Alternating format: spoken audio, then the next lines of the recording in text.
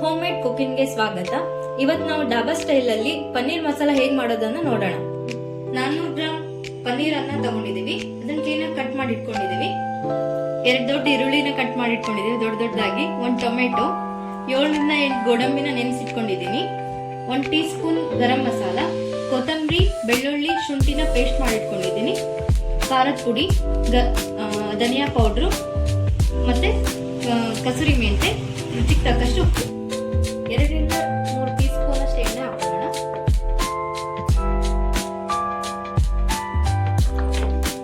ಇವಾಗ ಆಯಿಲ್ ಬಿಸಿ ಆಗಿದೆ. ಇವಾಗ ಕಟ್ ಮಾಡ್ಕೊಂಡಿರೋ ಪನ್ನೀರ್ ಹಾಕೋಣ.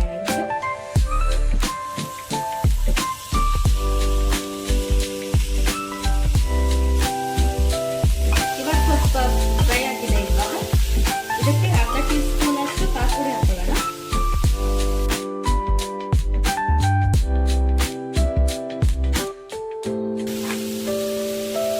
ಟೀ ಸ್ಪೂನ್ ಉಪ್ಪು,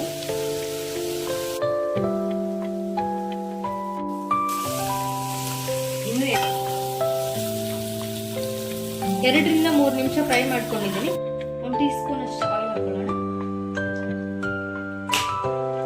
ಕಟ್ ಮಾಡ್ಕೊಂಡಿರೋ ಈರುಳ್ಳಿನ ಫ್ರೈ ಮಾಡ್ಕೊಳ್ಳೋಣ.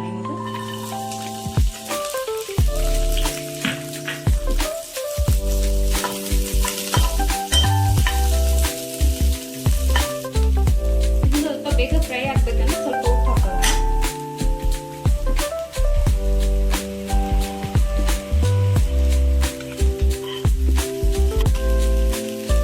ಹಸಿಮೆಣಸಿನಕಾಯಿ, ಟೊಮೆಟೊ,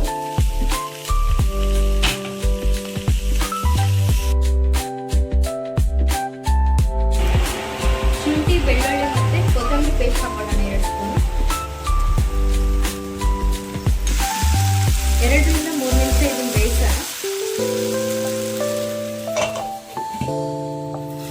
ಇವಾಗ ಇದು ಬೆಂದಿದೆ. ಇದು ಆಫ್ ಮಾಡ್ಕೊಳ್ಳೋಣ.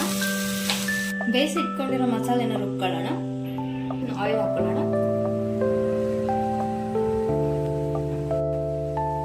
ಇವಾಗ ಆಯಿಲ್ ಬಿಸಿ ಆಗಿದೆ. ಸಣ್ಣದಾಗಿ ಈರುಳ್ಳಿ ಕಟ್ ಮಾಡಿ ಇಟ್ಕೊಂಡಿರೋದನ್ನ ಹಾಕೊಳ್ಳೋಣ. ಗೋಲ್ಡನ್ ಕಲರ್ ಬರೋವರೆಗೂ ಫ್ರೈ ಮಾಡ್ಕೊಳ್ಳೋಣ. ರುಬ್ಬಿಟ್ಕೊಂಡಿರೋ ಮಸಾಲ ಹಾಕೋಣ. ಅದನ್ನು ನೀಟಾಗಿ ಫ್ರೈ ಮಾಡ್ಕೋಬೇಕು, ಹಸಿ ವಾಸನೆ ಹೋಗೋವರೆಗೂ. 2 ಟೀ ಸ್ಪೂನ್ ಖಾರದ ಪುಡಿ,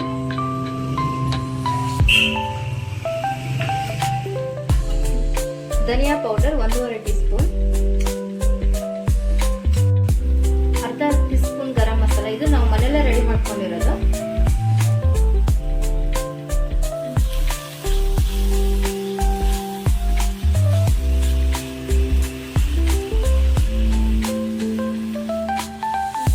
ನೀಟಾಗಿ ಮಿಕ್ಸ್ ಮಾಡ್ಕೋಬೇಕು.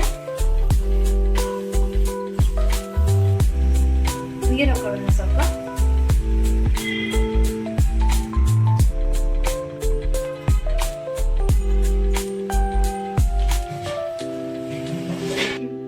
ರುಚಿಗೆ ತಕ್ಕಷ್ಟು ಉಪ್ಪು.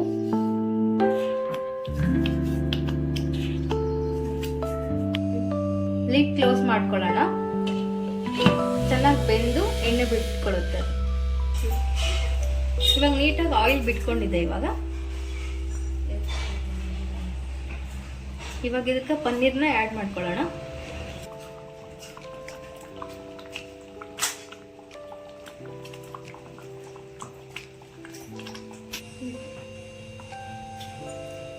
ಲಾಸ್ಟ್ ಇದು ಕಸೂರಿ ಮೆಂತೆನ ಆ್ಯಡ್ ಮಾಡ್ಕೊಳ್ಳೋಣ.